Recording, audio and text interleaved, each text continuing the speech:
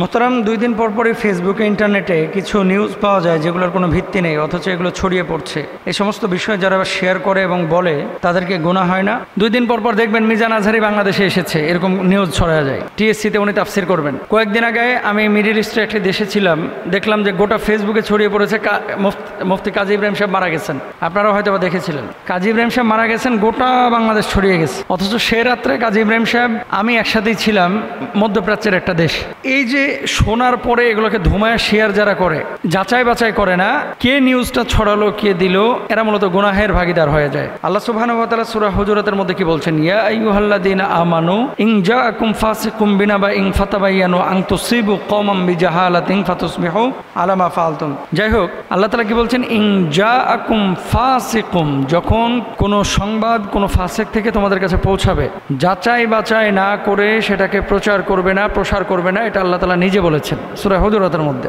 আমরা যারা যাচাই বাছাই না করে এভাবে একটা নিউজ পেয়েই সাথে সাথে শেয়ার করি, অনেক সময় মিথ্যা নিউজ আপনি যে 10 জনের কাছে বা 100 জনের কাছে পাঠালেন, এই নিউজটা প্রচারের কারণে প্রসারের কারণে আপনিও গুনাহের ভাগীদার হলেন। আচ্ছা, একটা মানুষকে মেরে ফেলা কয়দিন পর পরই এরকম হয়? জীবিত মানুষকে ফেসবুকে পোলাপান মারিয়ে ফেলায়, এই 2 দিন 4 দিন 5 দিন 1 সপ্তাহ পর পরই হয়, মানে জীবিত মানুষকে মেরে ফেলায়। তা আসলে মানুষকে যে আপনি মেরে ফেলছেন, আপনার লাভটা কি? এই যে মিথ্যা কথা আপনি বলতেছেন, লাভটা কি? রাসূল আকরাম সাল্লাল্লাহু আলাইহি ওয়াসাল্লাম কি বলছেন? মুনাফিকের আলামত হচ্ছে 3টা। 1 নাম্বার কি? ইদা হাদ্দাসা কাযিবা, যখন কথা বলে তখন মিথ্যা কথা বলে। ওয়া ইদা ওয়াদা আখলাফা, যখন ওয়াদা করে প্রতিশ্রুতি দেয়। ওয়া ইদা তুমিনা খানা, যখন কোনো কিছু তার কাছে আমানত রাখা হয় তখন সে তার খেয়ানত করে। ভেরি ভেরি ইম্পর্টেন্ট একটা বিষয়। আপনি যে একটা নিউজ পেলেন, পাওয়ার পরে আপনি ছড়িয়ে দিলেন, ছড়িয়ে দেওয়ার কারণে আপনি মিথ্যা প্রচার করলেন। আর মুমিন কখনো মিথ্যা বলতে পারে না, মিথ্যা ছড়াতে পারে না।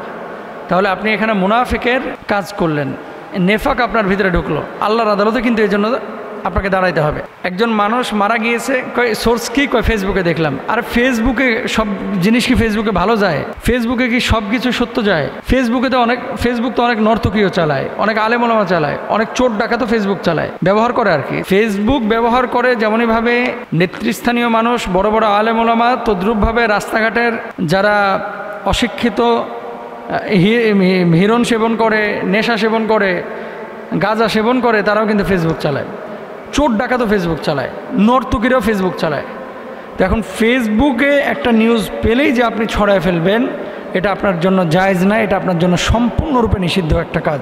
আপনার একজনকে ভালো লাগতেই পারে, সেটা মিজানুর রহমান আজহারিকে ভালো লাগতে পারে, শেখ আহমদুল্লাহ সাহেবকে ভালো লাগতে পারে, XYZ যে কোনো ইসলামিক স্কলারকে আপনার ভালো লাগতে পারে।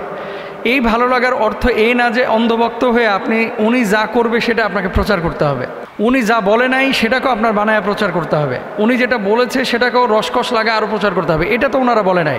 মিজানুর রহমান আজহারি বাংলাদেশে এসেছেন, উনি কি একবারও বলেছেন কোথাও যে আমি বাংলাদেশে এসেছি? তো উনি বলেন নাই।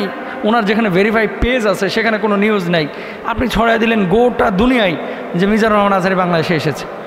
কাজী ইব্রাহিম সাহেবের ছেলে, মেয়ে, স্ত্রী সবাই এখনও বাংলাদেশে আছে, তারা কেউ বললো না, ওনার ভাইও জানে না উনি মারা গেছে। ইভেন মিডল ইস্টের ওই দেশে ওনার সাথে আমার দেখা হলো, সে রাত্রে উনি আমার সাথে আছেন, আমি ওনার সাথে আছি। তো যখন প্রথম দেখা এশার নামাজের পরে আমি বললাম, হুজুর আপনি তো মারা গেছেন, গোটা দুনিয়া ছড়ায় গেছে, আপনি কিছু বলেন। আমি মারা গেছি মানে উনি মারা গেছে উনি জানে না। এই তো হচ্ছে মানে আমাদের চিত্রটা। হুজুরে আমি জিজ্ঞেস করলাম যে আপনি যে মারা গেছেন আপনি কি জানেন যে ফেসবুকে গোটা ছড়ায় গেছে? আমি মারা গেছি আমি জানি না। এই তো হচ্ছে দুনিয়া। তো যে কোনো জিনিস সামনে আসলেই আমরা প্রচার করব না। আল্লাহ তাআলা আমাদেরকে বোঝার তৌফিক দান করুন।